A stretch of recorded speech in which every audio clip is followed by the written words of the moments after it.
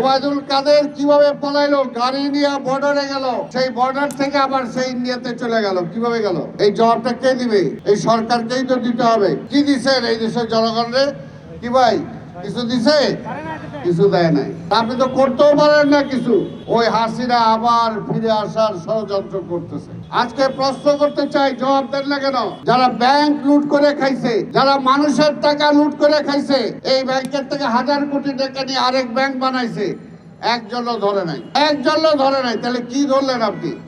উল্টা মানুষের উপর ট্যাক্স বসাইতেছে। কে অধিকার দিছে আপনার? কে ক্ষমতা দিছে ট্যাক্স বসানোর? জনগণ আপনার ক্ষমতা দিছে ট্যাক্স বসানো?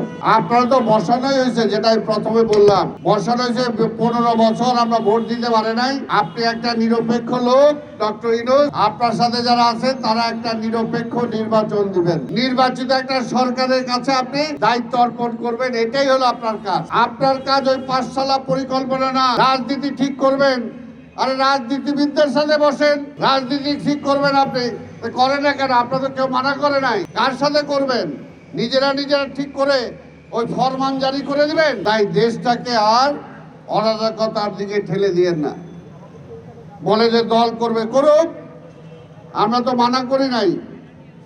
আমরা তো মানা করি নাই, দল করেন, একটা না, 2টা না, 10টা করেন, কিন্তু যারাই দল করবেন এই ক্ষমতায় থাকতে পারবেন না। ক্ষমতায় ছাইরা দল করেন, তারপরে নির্বাচন করেন।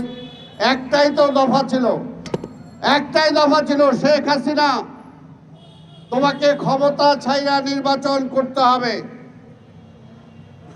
এটা তো এক দফা ছিল আমাদের। আগেই 15টা বছর ধরে তো এটা নিয়ে আন্দোলন করছি আমরা। সেই শেখ হাসিনা বলছে ক্ষমতা ছাড়া যাবে না। ক্ষমতার এমন একটা মোহ, এমন একটা মজা, কিন্তু ওই মজা দেখছেন কিরকম? আবার ওই একদিনের জনগণ যখন রাস্তায় নামছে তখন কিন্তু আবার পিছনের দরজা দিয়ে পালাইতে হয়েছে। বাড়ির ঘরের ইট পর্যন্ত খুলে দিছে, তার বেডরুমের চাদর পর্যন্ত নিয়ে গেছে। তো সেই কারণে বলবো, আমরা চাই না এই সরকার ব্যর্থ হোক, আমরা চাই এই সরকার সার্থক হোক। তার সার্থকতা হলো এটাই যে একটা নির্বাচনের মাধ্যমে নির্বাচিত সরকারের কাছে ক্ষমতা অর্পণ করা।